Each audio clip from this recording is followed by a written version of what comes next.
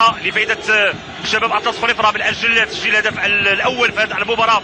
باسيلي كومباوري اللاعب البوركينابي هو اللي غادي يكون الان وراء الكره، وراء ضربه جزاء وجها لوجه مع الحارس انس ازليتي. ضربه جزاء كتجي في حدود الدقيقه 17 من بدايه الجوله الاولى، وفرصه لشباب اطلس فريفرا من اجل التقدم في لقاء اكيد لقاء قوي وقوي جدا بين الفريقين. توفيق كورير في حديث مع اللاعبين بانهم يكونوا وراء مستطيل العمليات، وفرصه لفائده فريق شباب اطلس فريفرا. باسيري وانس زليتي. باسيري الهدف الاول لفائده شباب اطلس فريفرا والموقع باسيلي كومباوري اللاعب البوركينابي يضع الكره في شباك الحارس انس ازليتي. والهدف الاول ممتاز ديال الهدف الاول لفائده الرجاء هو هدف لاعب اللي بامكانه انه يلقى الحل.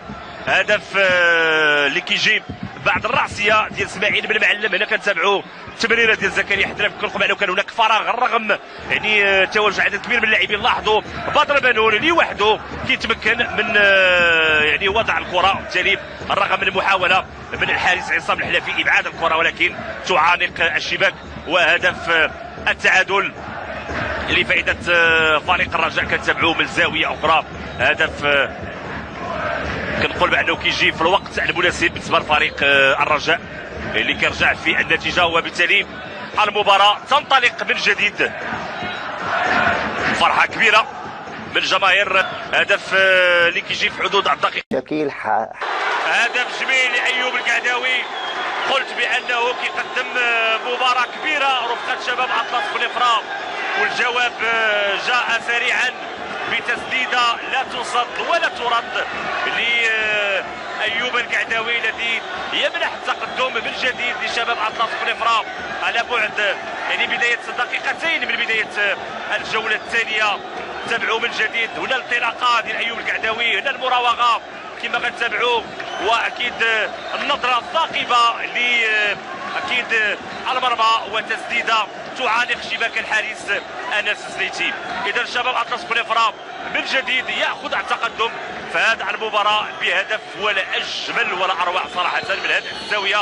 يعني كنتابعوا الجماليه ديال التسديده وجماليه الهدف لايوب القعداوي اللاعب السابق للاتحاد السموري الخميسات وللنادي القريطري. وبدايه قويه للشباب اطلس فريفرا اللي كيتمكن اذا من اخذ التقدم.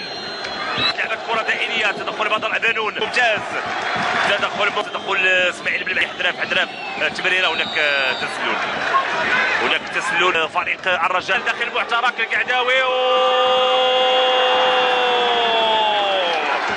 تدخل عبد الجليل الجبيره.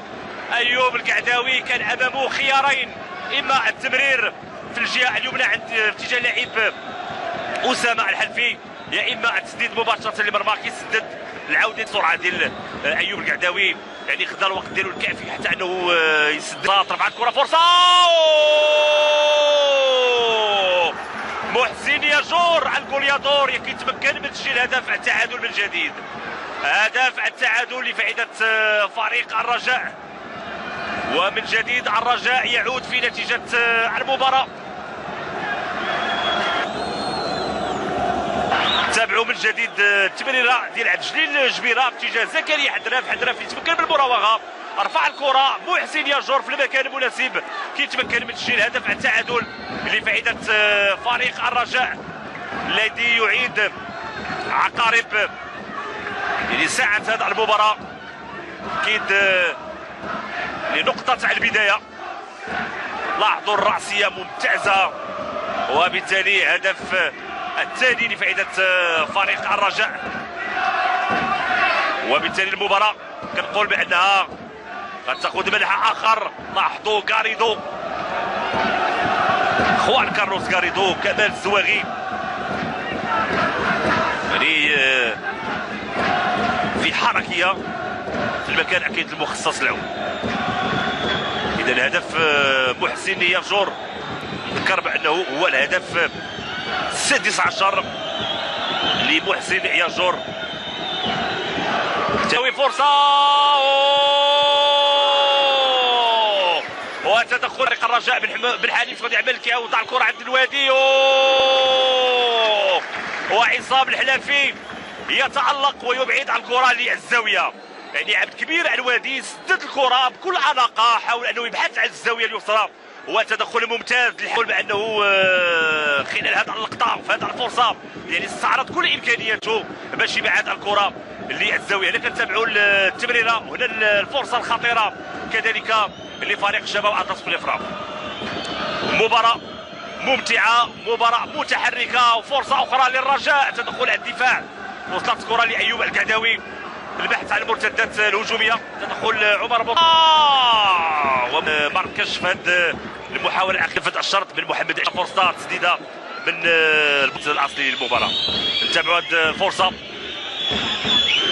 عبد الرحيم شاكير وراء الكره، شاكير كيلعب كره ممتازه، عبد الرحيم شاكير يتمكن من وضع الكره في الشباك، والهدف الثالث لفائده فريق الرجاء. كنقول بانه الكره التي غلطت الحارس عصام الحلافي وعانقت الشباك، وكنعرفوا بانه الكرات لما تصطدم بالعرض يعني كتحمل يعني الخطوره. كما سنتابع عبد الرحيم شاكير يلعب كره بدقه متناهيه، وبالتالي حتى رده فعل ديال عصام الحلافي في هذه المحاوله ما كانتش بالشكل الجيد، وبالتالي الرجاء ياخذ تقدم في هذه المباراه. يعني مباراه يمكن نقول بانها مجنونه ولقاء مثير بين الفريقين. وقلت بانه الكرات الثابته كانت تشكل الخطوره. لاحظوا انه حتى ارضيه الملعب كما قلت ارضيه يعني مبلله، ارضيه غير صالحه بشكل كبير لاجراء مباراه، ولكن اللاعبين كيحاولوا انه يتعاملوا معها بشكل جيد. الرجاء الان كيتمكن بانه ياخذ التقدم